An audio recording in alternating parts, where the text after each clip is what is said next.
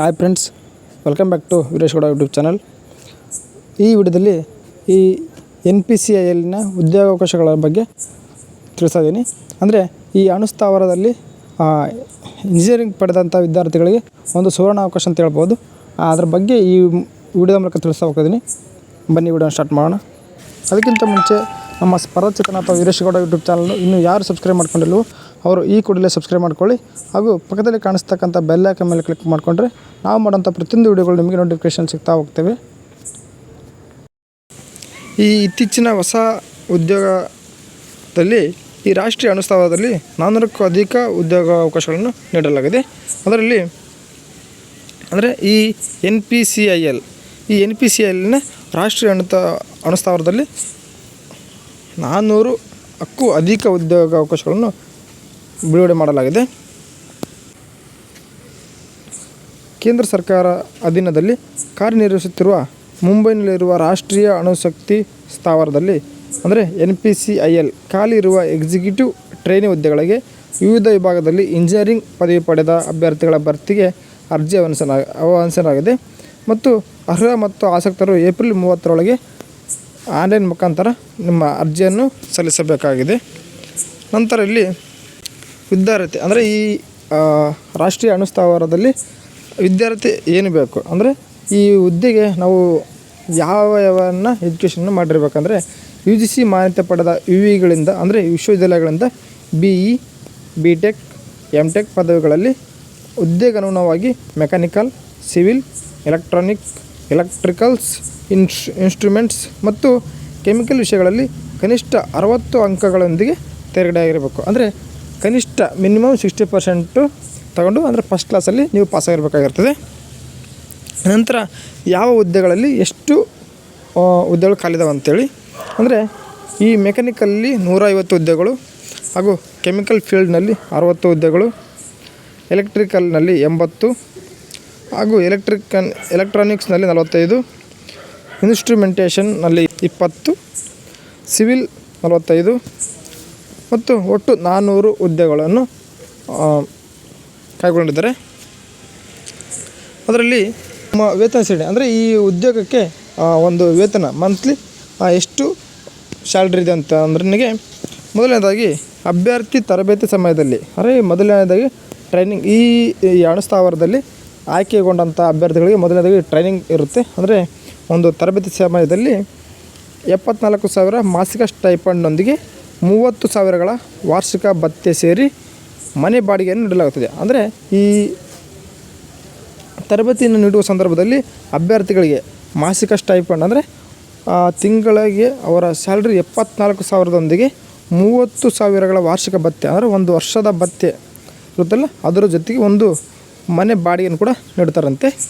ನಂತರ ಯಶಸ್ವಿಯಾಗಿ ಟ್ರೈನಿಂಗ್ ಅವಧಿ ಪೂರ್ಣಗೊಳಿಸಿ ಸೈಂಟಿಫಿಕ್ ಆಫೀಸರ್ ಆಗಿ ಬಡ್ತಿ ಹೊಂದಿದ ನಂತರ ಮನೆ ಬಾಡಿಗೆ ಇತರ ಭತ್ಯೆ ಸೇರಿ 56,100ರಿಂದ 1,77,500ವರೆಗಿನ ವೇತನ ಶ್ರೇಣಿ ಅನ್ವಯವಾಗಲಿದೆ.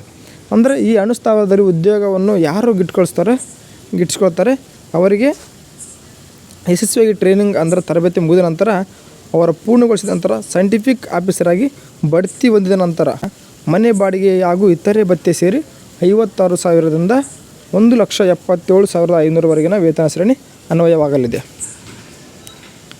ಅಂದರೆ ನೋಡ್ತಿದ್ರಲ್ಲ ಇಲ್ಲಿ ಈ ಅಣುಸ್ಥಾವರದಲ್ಲಿ ಏನು ವರ್ಕ್ ಮಾಡ್ತಾರೆ ಅಂತಂದ್ರೆ ಈ ಎಂಪ್ಲಾಯಿಗಳಿದಾರಲ್ಲ ನೋಡ್ಕೊಳ್ಳಿ ಈ ರೀತಿ. ಹಾಗೂ ಈ ಹುದ್ದೆಗೆ ಅಥವಾ ಈ ಉದ್ಯೋಗಾವಕಾಶಕ್ಕೆ ವಯೋಮಿತಿ ಎಷ್ಟಿದೆ, ಆ ಏಜ್ ರಿಲ್ಯಾಕ್ಸೇಷನ್ ಎಷ್ಟಿದೆ ಅಂತಂದ್ರೆ ನನಗೆ ಅರ್ಜಿ ಸಲ್ಲಿಸುವ ಅಭ್ಯರ್ಥಿಗಳು 26 ವರ್ಷದ ಒಳಗಿರಬೇಕು. ಹಾಗೂ OBC ಅಭ್ಯರ್ಥಿಗಳಿಗೆ 3 ವರ್ಷ, ಪರಿಶಿಷ್ಟ ಜಾತಿ ಮತ್ತು ಪರಿಶಿಷ್ಟ ಪಂಗಡಗಳಿಗೆ 5 ವರ್ಷ, ಅಂಗವಿಕಲ ಅಭ್ಯರ್ಥಿಗಳಿಗೆ 10 ವರ್ಷ ವಯೋಸಡಿಲಿಕೆಯನ್ನು ಅನ್ವಯವಾಗಲಿದೆ. ನಂತರ ಈ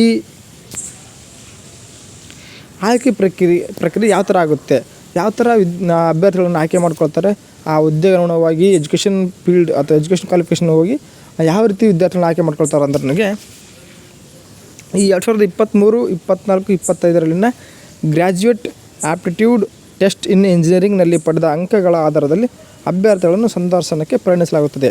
ಅಂದರೆ ಈ ಇಂಜಿನಿಯರಿಂಗ್ ಮುಗಿಸಿದಂಥ ವಿದ್ಯಾರ್ಥಿಗಳಿಗೆ ಒಂದು ಗೇಟ್ ಅನ್ನುವಂಥ ಎಕ್ಸಾಮ್ ನಡೆಸ್ತಾ ಇರ್ತಾರೆ.